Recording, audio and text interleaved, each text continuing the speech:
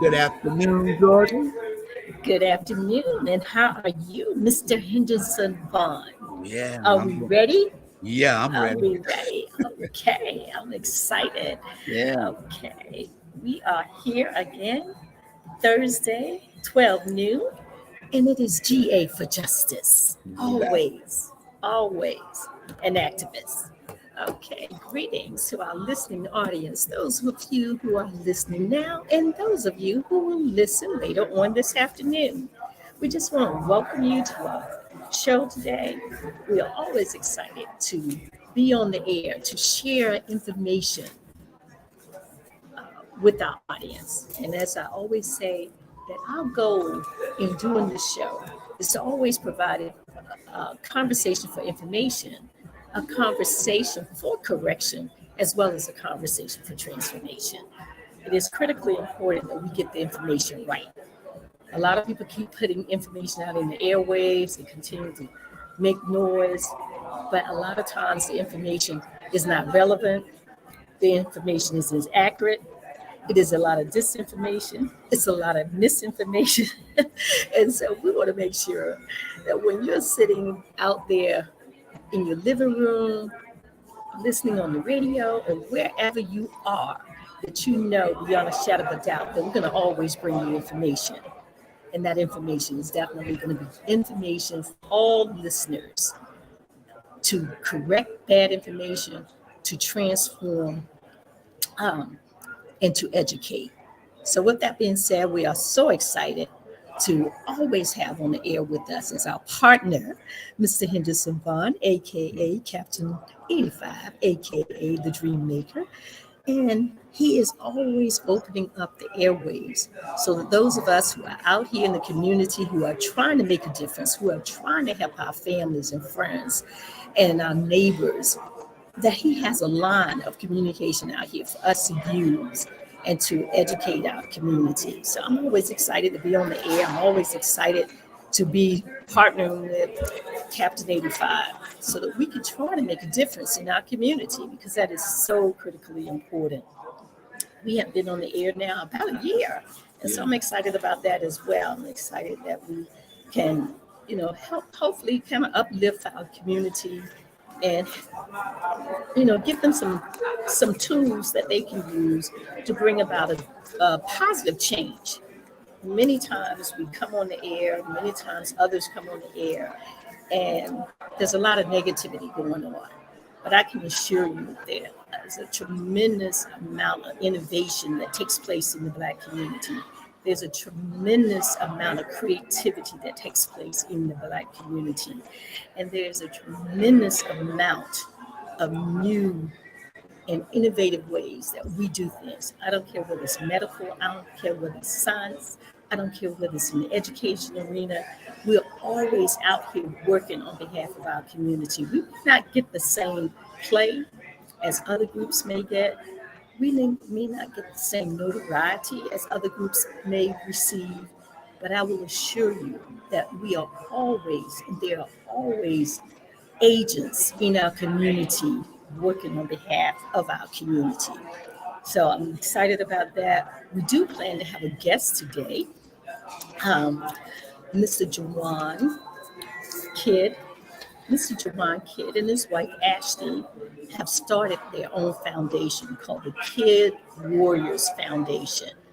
And what I like about these young people is they have suffered many, many challenges. But the good part about them is they have never allowed challenges to prevent them from reaching their goals. They haven't allowed challenges to stop them from helping others, from helping our young people. And so we are excited about having Mr. Jawan Kidd on the program today. We're reaching out to him. We got a little technical issues going on, but guess what? That will not stop the show. hello. The one thing about GA for Justice, we know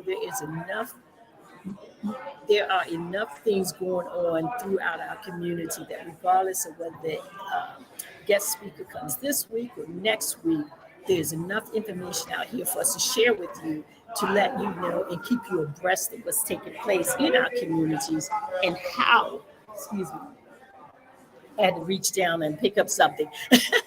Okay. And how we can make sure that we're able to continue to get good positive information out, but valid, and not only positive but valid information, because a lot of times we get information out there but it may not be necessarily that valid to reach the audience that we want, or it may not be valid enough to make the impact that we want. So we hope to make a strong impact today as we share with you a lot of information. We've been out and about over the last few weeks, networking and connecting throughout the community. Why? Because it's election time. And so we need to know who's out there. We need to know who's running for office. We even need to know who is thinking about running for office. We need to know who is working in the best interests of our community or who is just making noise. And we want to be able to distinguish between the noise makers, okay? We want to be able to distinguish between the noise maker and the policy makers. Okay, because that's critically important. So we have a whole lot of people making noises, but they don't make any real policies that are good for our community. They don't make real policies that are effective for our community. They don't make any real policy that help to impact our community in a positive manner. So that's important. It's extremely important that we don't just listen to the noise makers, but we also need to know who they are. We need to be able to identify the noise makers, and then we need to be bold enough to go up to them and shut them down, and call them out, and let them know that we know they're only making noise and they're not making policy. So we're so excited, always excited to be on the air, always excited to share, always excited to introduce, to bring to you. We're always excited to bring on the information. We're always excited to bring the people. But more importantly, we're always excited about the changes and the impact that we make that have long sustainable impact. Okay, so we don't want to be a one and done. I have found over the years as a community activist, as a civil rights activist, that we have a tendency to do one and done. If it's an election, it's one and done. If we're fighting about an issue, and that issue that we're fighting about, that we want changes about, if it doesn't happen in 10 seconds, we're like one and done. But it took so long. Well, I will assure you that most things that are worth having, they're worth fighting for, and sometimes in many instances they're worth waiting for, because all along the way changes are being made. It may not be the entire change, but there's implementations that take place, and those implementations bring about the ultimate change that you want. I always say to people, what is your end goal? Do you want something to last for a year? Do you want a policy to go in place and it lasts for 1 year, and every year they're restructuring it or redoing it?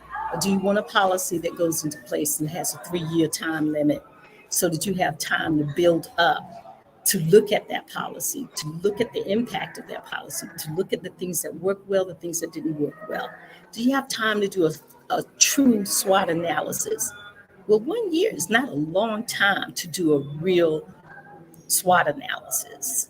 That's your strength, your weaknesses, your threats, and your opportunities, okay? So you want to make sure that you have enough time to analyze what's going on, analyze what happened, analyze the outcomes, okay? So if you want true changes, true legislative changes, you want to be able to have some time to review when the legislation went in place.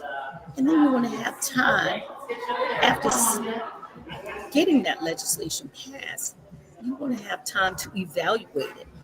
Well, a 30-day evaluation is 60 or 90 or 120-day evaluation. It's not a long time, nor is a 12-month evaluation. So let's look at those policies that they're putting in place, because again, it's voting time. It's election time. Who are you looking at? Who are you voting for? And are these people willing to make the type of changes that will be lasting, or are they minute by minute? Because see, we can't continue to live minute by minute.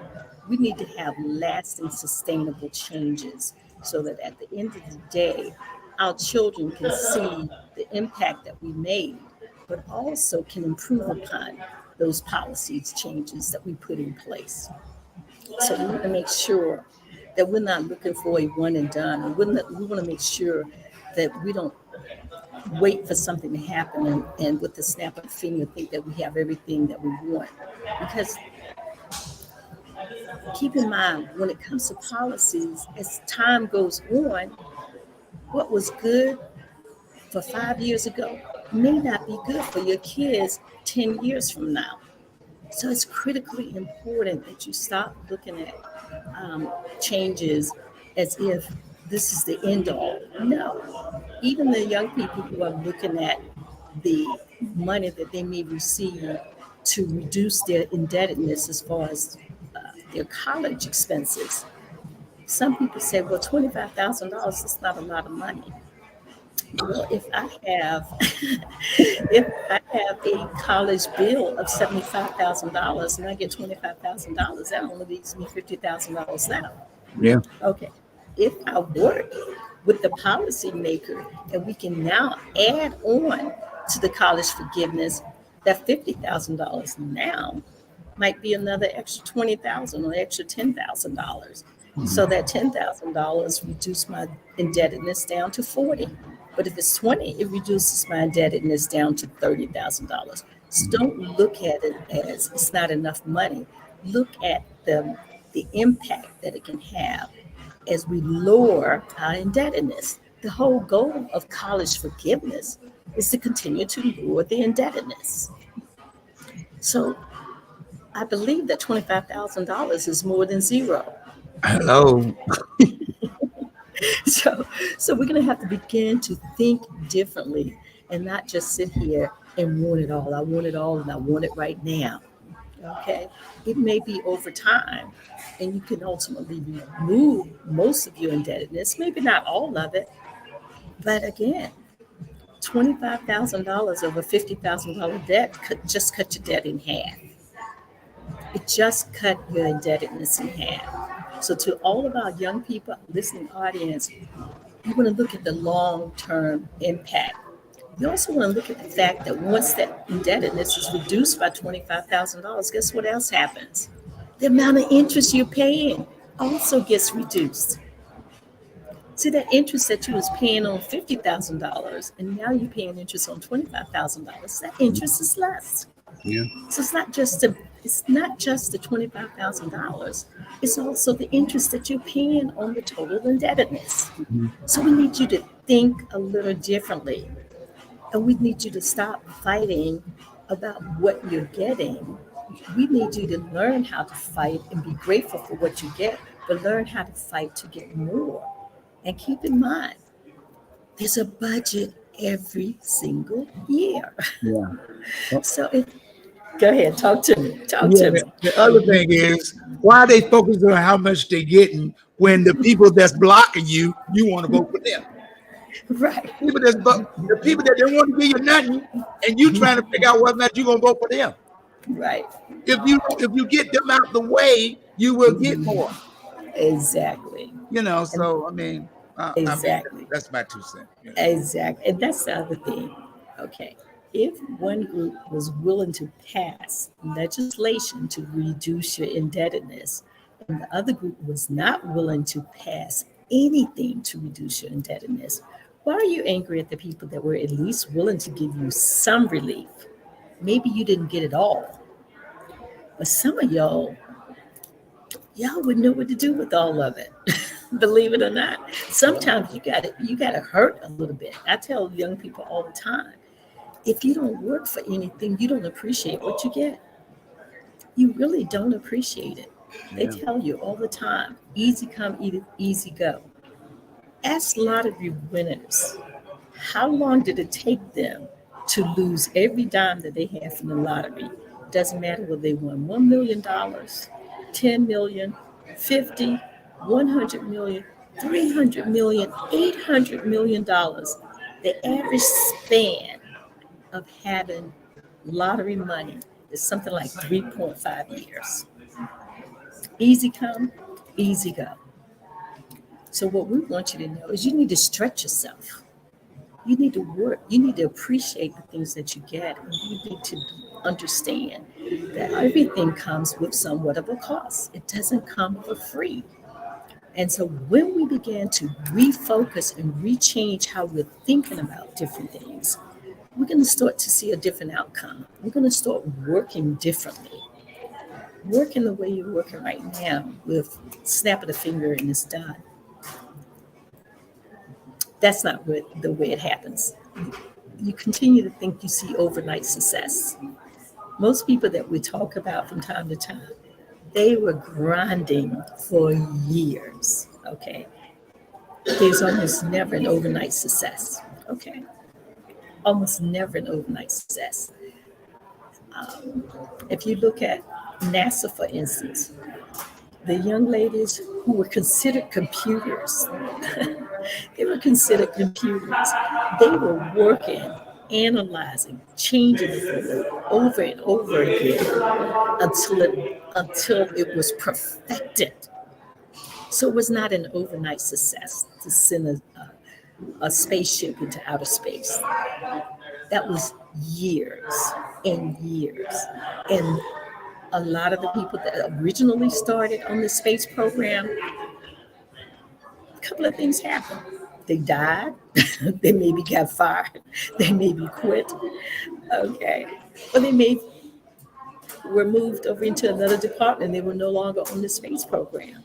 So in terms of them seeing that comes into fruition, that didn't happen for them in particular.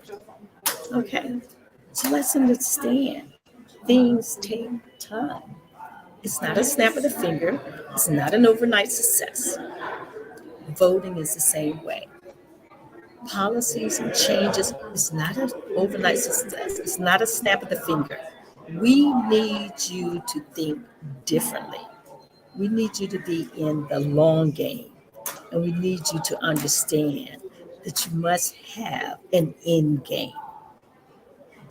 You must have an end game.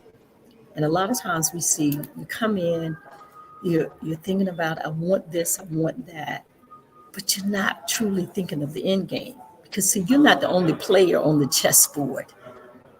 Hello, you're not the only piece on the chessboard, I should say. And you're definitely not the only player in the chess game. Yeah. So therefore, since you're not the only player, the folks that you're upset with, or the folks that you want to do certain things for you, they have ideas too. So there's not one person having all the ideas, it's multiple people having a whole lot of ideas. And just like your hand is in there in the pot, wanting your $25,000, there are millions of hands in the pot and they want their $25,000 too. And that's where, whether it's the senior citizens wanting to make sure that Social Security continues to work because they're paying into it. And not only do they want it safe for themselves, but they want it safe and safe for those who are coming behind them, because those who are coming behind them are also paying in Social Security right now. So they see the long game. The older people, we see the long game. We see that we don't want someone who is saying that the minute they get in office, they're going to get rid of the Social Security program and this program and that program. Entitlement. Well, guess what? I'm entitled to get my money back from what I paid into the system. Okay, so you're right.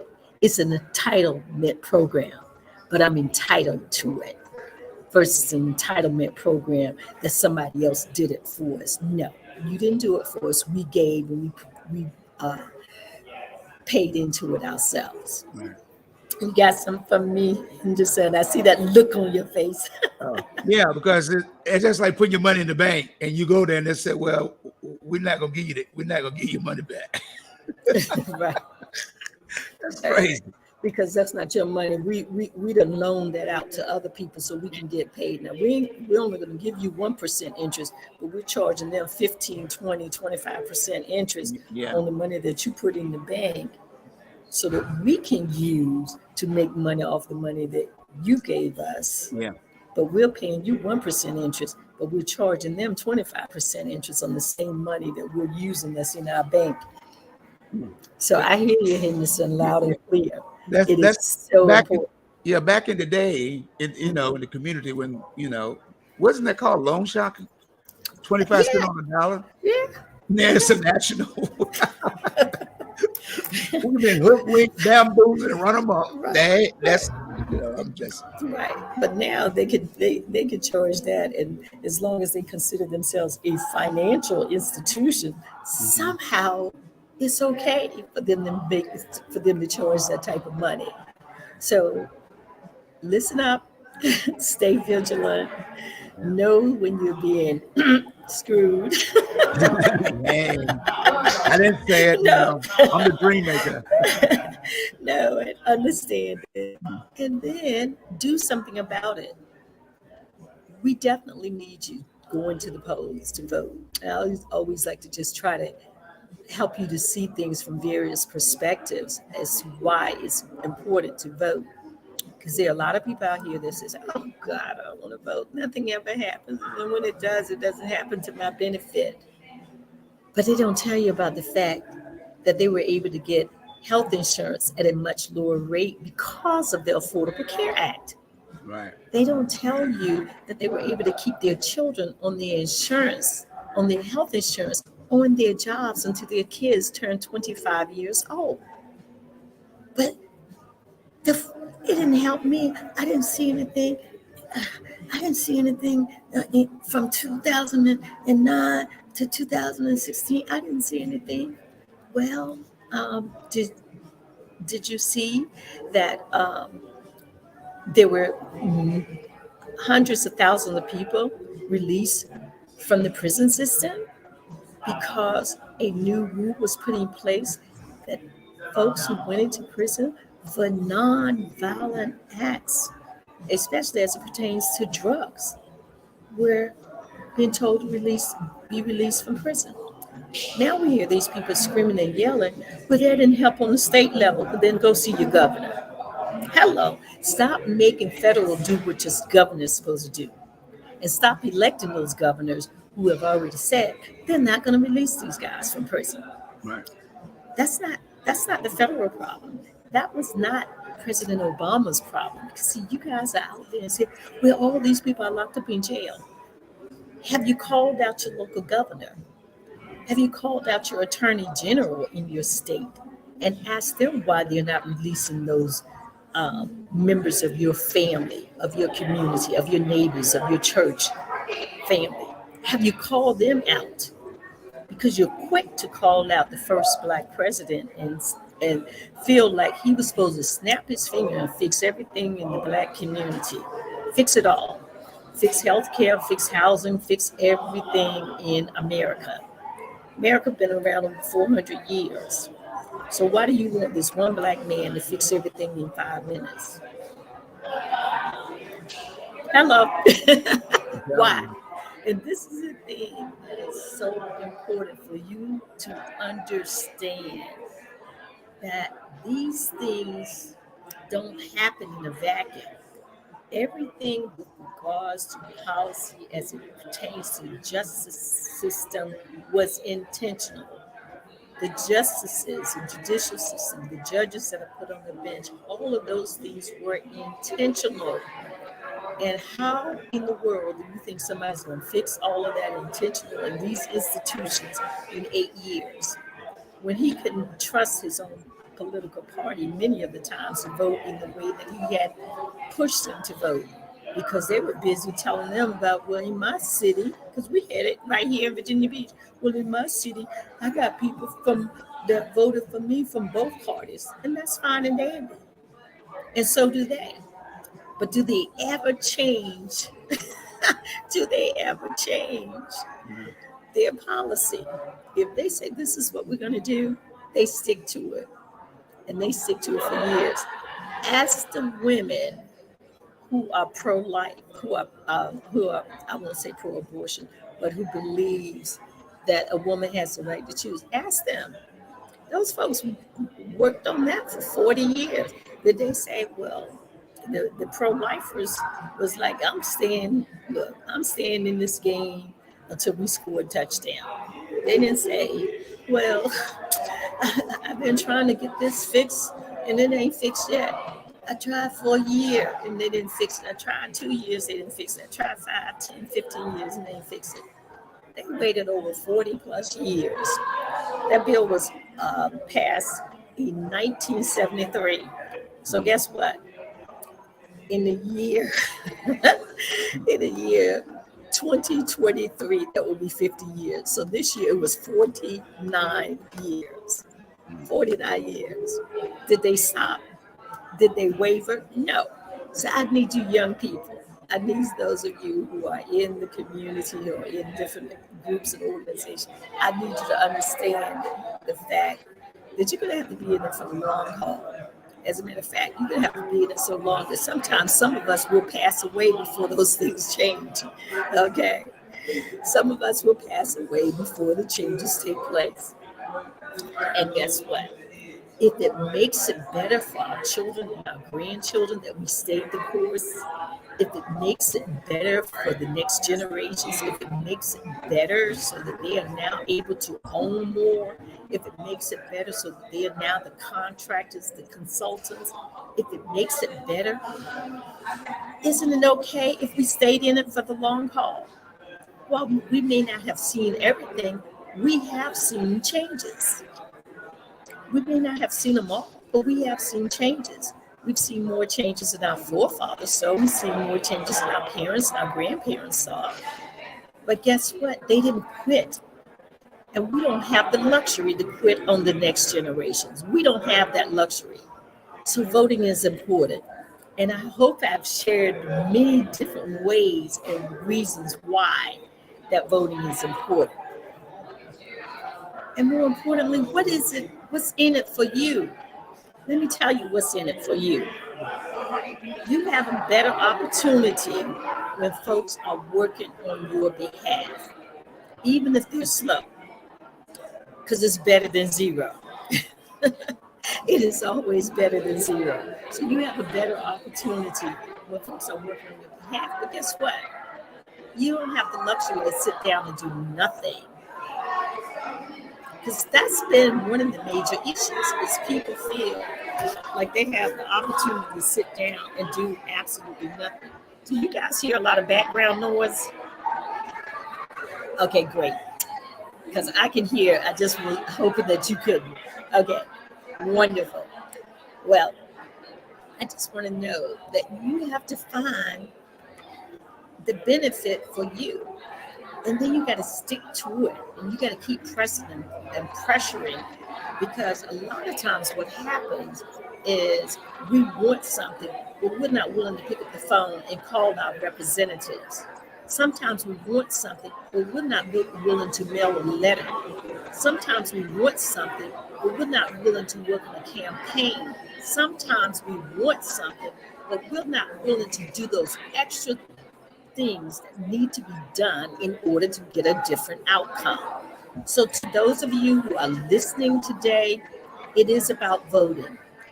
Unfortunately, our guests may not have been able to arrive today. Hello, Michael. Thank you for coming. Our guests may not have been able to arrive, but as Henderson and I know, when it comes to radio, when it comes to TV, you always got to be ready and be ready to be ready to be ready. Yes, keep moving forward. You cannot sit here and just assume that everything is always going to fall into place. So the way we work, the way Henderson and I work, we work as a team, and we recognize that we're always in this fight. The fight is not one and done. The fight is a continual process. It is an ongoing process to ensure that at the end of the day, we are successful. Do we win every point? No. I have yet to see a basketball team yet that scored every point in a two-team game. I have yet. Hello, Teresa. Thank you for listening. I have yet to see a two-team game and only one team scores all the points, other than in football. Yeah. Other than football. You might see it in maybe football and soccer, but if you got a basketball team, I guarantee you both teams are going to score some points. So I'm grateful to know that you guys feel that what we share, what we present to the listening audience is of value, because that's what we want. We want this voice to be a voice of value, because we have had enough people out there shucking and jiving, and they're still shucking and jiving to the point where they can't even wear the same shoes anymore because they done shucked and jived no shoes so long. So what we're going to do is we're going to give you the real deal. We're not going to play with you. We're not going to sit here and try to be mild and meek and mellow. We're just going to tell the truth, because that our community needs to know and they need to understand. And look, if I had my choice in voting for one political party or the other, and I hear things like small government, and I hear things like we want more money to stay in your pocket, that sounds real good. But when I see that your corporations are gouging me and gouging my children, gouging my grandchildren, I'm like, obviously, you really don't believe in keeping money in my pocket. Right. You really don't. It's a nice slogan. It's a nice sound bite. But if you're telling me you believe in small government, but you're okay to spend millions, even billions of dollars on our military and on our prison complexes and things, I really don't think you believe in a small government, nor do I believe that you're a good steward of my money. Right. So I got a real issue with you feeling like it's A-okay for you to spend that much money on the military and that much money on the prison system and that much money on our juvenile non-justice system, because our juveniles do not get real justice, nor do our adults. Right. Then I don't see it. I don't see it. And so for those of you who are listening, if you're comfortable with somebody making the juvenile justice system, the prison complex, and the military more important than the food on your table, I think you might want to adjust your thinking a little bit. Now, you don't have to think like I do, but maybe you need to think a little differently than what you're thinking right now, because that's what it's all about. It's about whether or not there's a group that is genuinely interested in the well-being of our overall community, not just a teeny tiny piece of it, because yes, they do talk about how we believe in pro-business. Well, if you were that interested in pro-business, then why don't the actual funds come directly to my community? Right. Why does it have to filter through this group and that group and that group and that group? And then when it finally gets down to my community, most of the money has already been ciphered off. It's not there. It's been ciphered off. Yeah. And so by the time it gets to me, then mine and you and yours, there's very little left. There's so little left. Yeah. So, and Mike, you are right. Yes, we need to save our youth. We need to unify our community. We need to get back and bring it back to what's vital and important to our community. And I agree with you 100%. I have been saying this for decades. For decades, I have been trying to go in our community. I have talked to our ministers. I have talked to our social organizations. And I was listening to a group, I can't remember who it was, but they said if each, I think it was Karen Hunter. Karen Hunter does a show, and she talks with Dr. Carr, and they do a show, and another one that calls Black Table. So they do a number of shows, but on this particular show, she was saying, with all the fraternities and sororities, the Masons, the Eastern Stars, and all this, if each one just took one item and worked on one item, so say for instance, one of the fraternity sororities decided healthcare was the most important for that group, and that was their focus, then someone else can take criminal justice, focus on that. Someone else can take housing, focus on that. And inside of that, they can't just say, well, we're going to work on keeping you from being discriminated against. They got to take it to the next level and say, you know what?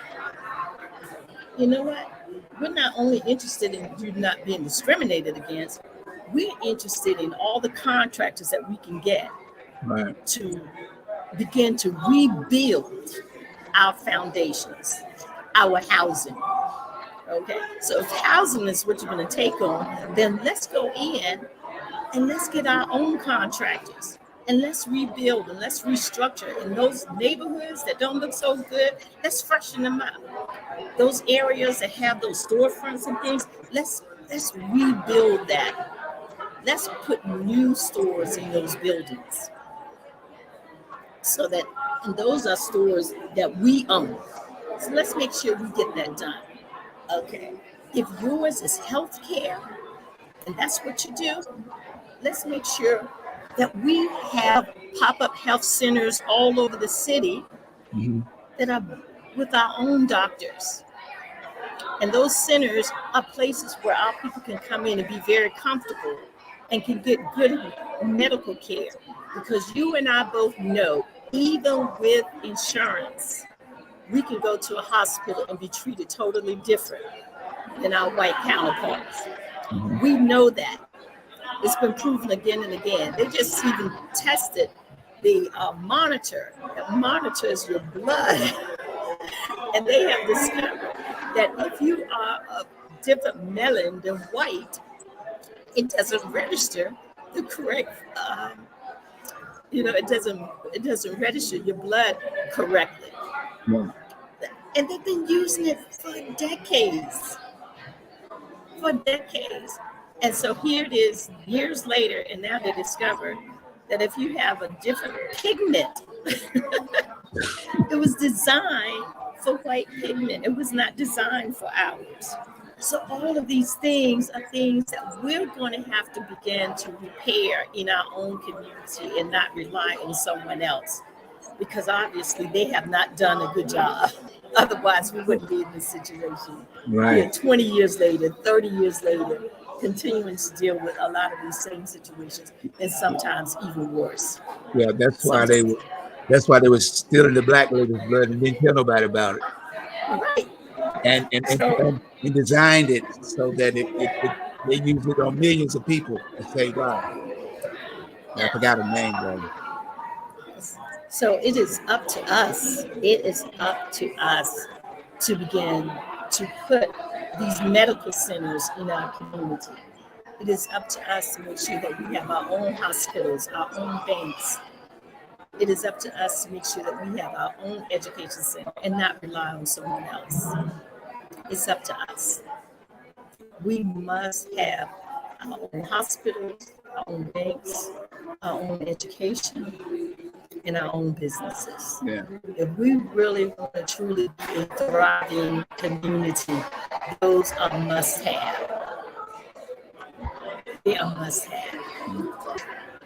So, with that being said, I think we're coming close to the end of the show. And as always, I would like to remind everybody that election day is coming. It is coming.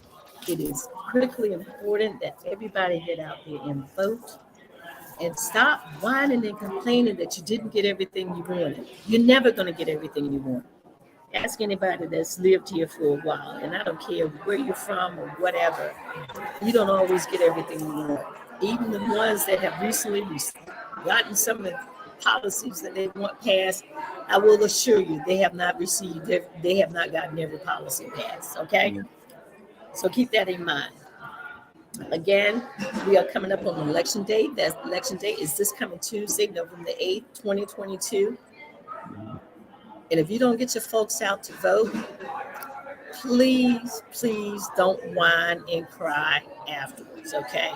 This is your opportunity. In the city of Virginia Beach, we are in a position to elect people to change how this city operates.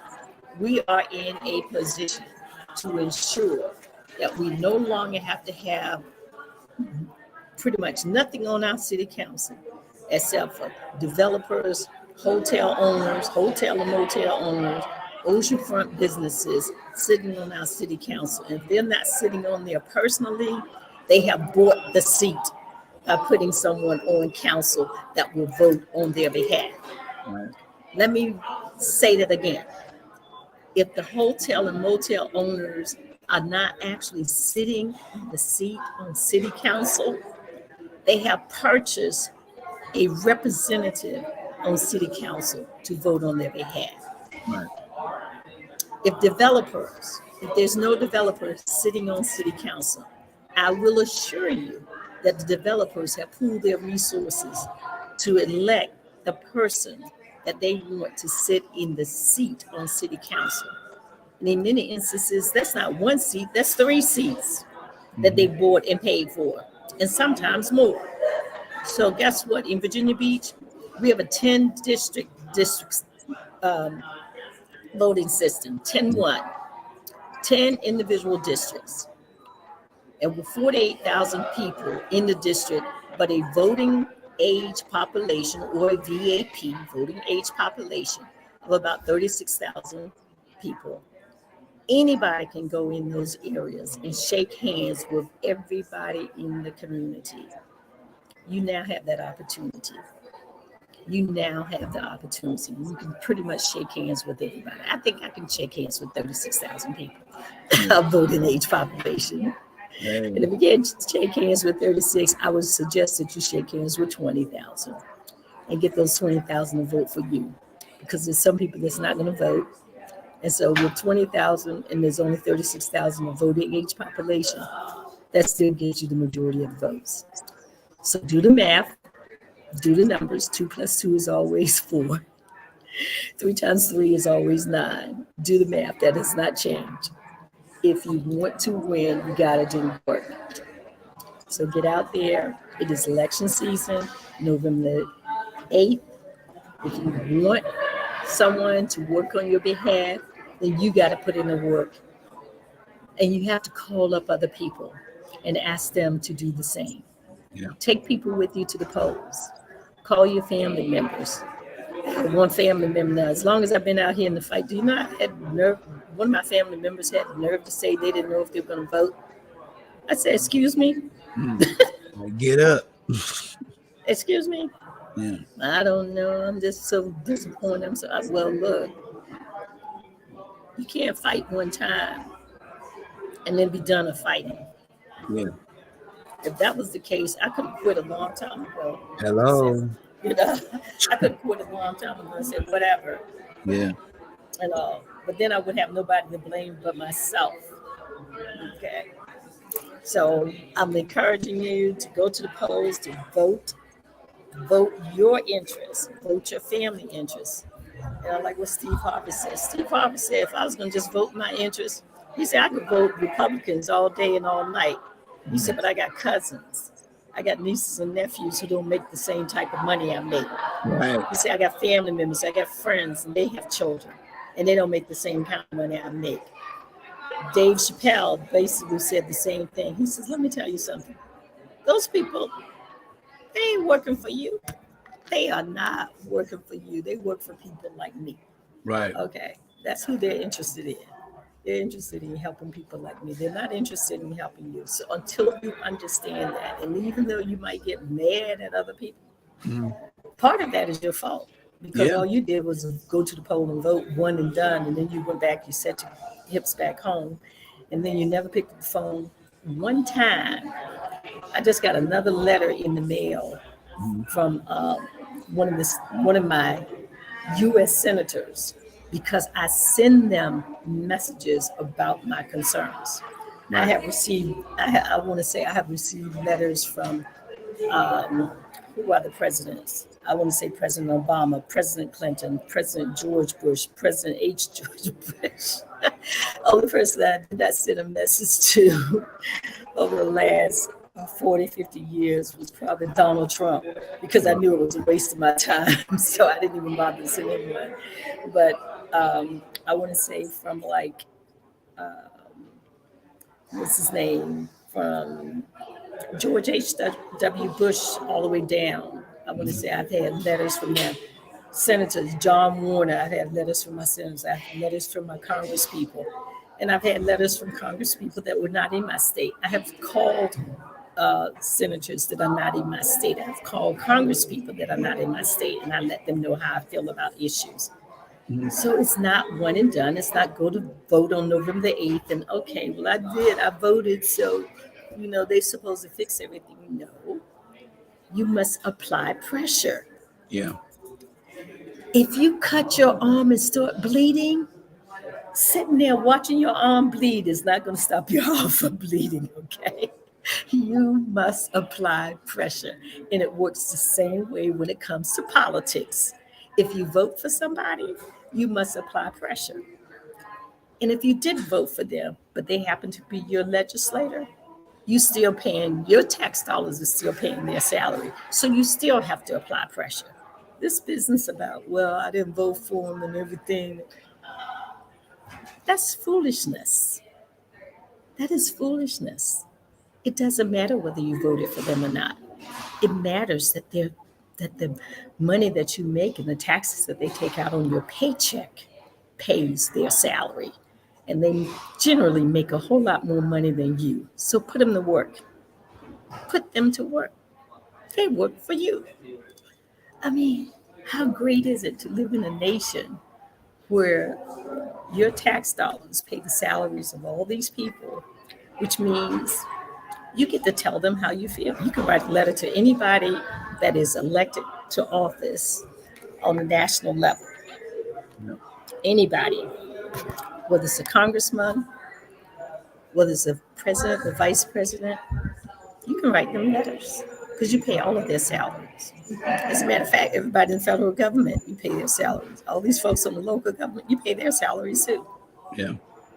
So keep in mind that if your local government, your elected officials with the school board, with the city council, it's the mayor, pick up the phone, call them sometime. Call them and say, and you know what? You can also call them if they did something well. That's okay to do that as well. Yeah. You can pick up the phone and you can call them and say, hey, I'm concerned about this. I'm concerned about this neighborhood. I'm concerned about an increase in crime. And we all know why crime increased. Crime increased because the money that comes into our cities are directed to only certain communities. Well, how can those communities where the money is not being directed, how can you expect them to have hope when everything around them is hopelessness? So, to my listening audience, I hope you've enjoyed the show today. I will continue to speak out against foolishness. I look at this from a standpoint of foolishness more than I look at it from the standpoint of right, left, progressive, liberal, what have you. I look at it from the standpoint of hopelessness and hope. How do we make sure that we're doing the work, that we're applying the pressure to ensure that our local government put the money in the communities that has been disenfranchised, left out, and causing us to have an increase in crime. Again, this is GA for Justice. I'm Georgia Allen. I'm always here every Thursday at 12 noon, even when I have to go on location and make sure that I'm here with you because I enjoy talking to you each week. I hope that you enjoy our messages. And we are interested in having a transformation in our community. We can't change things unless we get actively involved. And I don't look for someone to do the things that I can do for myself, nor do I look to just sit back and do absolutely nothing and hope that things will get better. I believe that it's up to me to help make things get better because I'm actively involved. So, with that being said, I think we just got a couple of more minutes. To close out the show, again, I do like to encourage people to vote. Even sometimes I know it can be hard. I voted times when I had to squeeze my nose and press the lever and all. But at the end of the day, I feel I can justly complain when things don't go well, and I can justly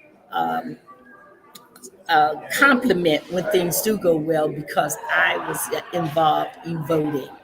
But when you're not involved in voting, as far as I'm concerned, you don't have anything to say because you didn't take time to vote. Right. Even if I don't care for who you vote for, at least you took the time out to actually go to polls and vote. And with everything that has gone on over the years, and no, it hasn't always been good, but I will tell people, my nieces and nephews, when I'm talking with them, and they say, well, shoot, we voted for this one and they didn't do, we voted for that one and they didn't do. Well, let's just start a whole brand new party. Do you know how much work that's going to be to start a brand new party? You're better off removing people from office and putting your own people in, okay? Yeah. That's your best opportunity. If Yeah. you really want to make a significant change, begin to identify early on people that can run for office and then help them get elected to office. And don't whine and complain, just do the work. And finally, the last thing I like to say to all of my listening audience, November the 8th is election day. Don't come home crying Tuesday night and whining and complaining. If you voted, you can be disappointed. But if Right. you didn't vote, I don't want to hear no whining and complaining. With Yeah. that being said, it's GA for Justice every Thursday at 12 noon on WVDM. And my co host is Mr. Henderson Vaughn. Thank you so much for listening and have a wonderful day. You just listen to GA for Justice, former president of the NAACP, Georgia Allen. Until next Thursday from 12 noon to 1. Thank you for listening in, and please share this link. How about y'all? Whew, all right. Jesus. Where's it? Where's my sign on? Yay.